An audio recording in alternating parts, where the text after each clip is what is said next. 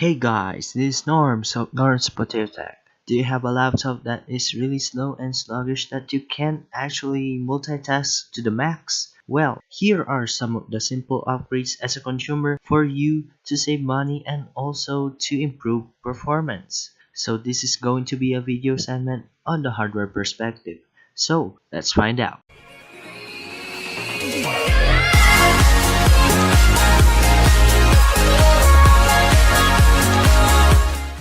So I've been researching for quite a while and found something that is really worth it. For the first one, we have RAM. This is a Kingston DDR3L 1600 MHz memory that it is not sponsored by Kingston. So this RAM is in ultra low voltage, and right beside it is an SSD from Kingston, again not sponsored, and this is actually the V300, now 120GB at around 2,700 pesos or 2,100 depending on what location are you from. So for our test unit here, we are going to use the Asus K501LB, and for the specs a little bit short, a Core i5-5200U with only 4GB of RAM, a 1TB hard drive which is now a 320GB since I'm using it as an external drive, and last but not least, a 940M graphics and 5500 GPU. Alright, so upgrade time. So the first thing that you need is a ankle strap or anti-static strap. You can also ground yourself with a metal right beside you in order for you to avoid static electricity on your hands that can destroy the motherboard. Next one is a screwdriver, a flathead, or even Phillips head depending on what laptop are you going to upgrade. And last but not least is a tray. So a tray is being used to label the parts on what screws does it belong to. So for the first thing here, there are two types of battery, internal and external. For external, just remove the battery, and that is actually the first step. However, for internal, stay tuned. So for the first segment here, we have to remove all the screws. Once you remove the screws, now what we're going to do is we're going to remove the connector of the internal battery by pulling the lock and then pulling the connector out. So now that you remove your battery, you have to flip the notebook and then press the power button for 10 seconds, and we are now good to go for upgrade. So now we're going to remove the shield of the RAM by pulling it up and then put the RAM in place, and we are going to put back the shield, and last but not least, we're going to remove the hard drive and swap it to the SSD.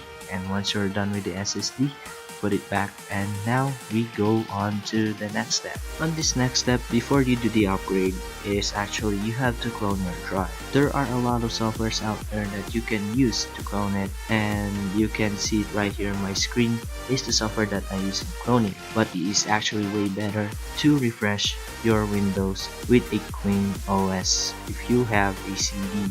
So now that's done, now we have to open up the laptop. So how does it perform, Norms? In terms of performance, upgrading is a huge deal because as you can see, boot up times are now muchly improved compared to a standard hard drive, as you can see this picture right here. And next one, you can actually see the performance benefit from the previous and to the present performance of our laptop right here. And also when it comes to opening and copying files, it is smooth as butter. And also when you're opening a browser and watching videos, this is actually a huge deal. And thanks to the 8GB of RAM, it is now much more improved in multitasking.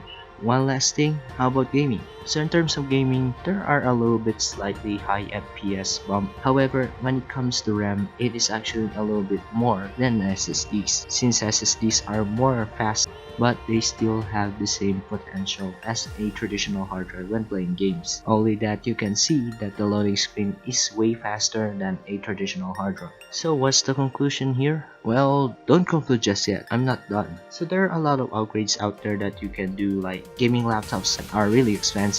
You can actually use MXM cards in order for you to replace your GPU. However, when it comes to normal laptops, they are not upgradable since it is integrated onto the motherboard. Next one is CPU. There are some CPUs that are upgradable by the use of its PGA, or what we call it as pin grid array. So when it comes to new CPUs and now modern CPUs that we have now, they are now soldered onto the motherboard. So upgrading this one might be a hassle. So what's the conclusion? For a basic upgrade as a consumer, this is actually the starter of improving your performance at the best. It's not going to be as fast as a really future laptop that we are going to see in the next couple of weeks or years. However, this one is a huge step up for you, not only to earn money for a new laptop, but also saving your time. So a simple upgrade can actually make a difference. If you are on a tight budget person, this is actually the cheapest way for you to upgrade it.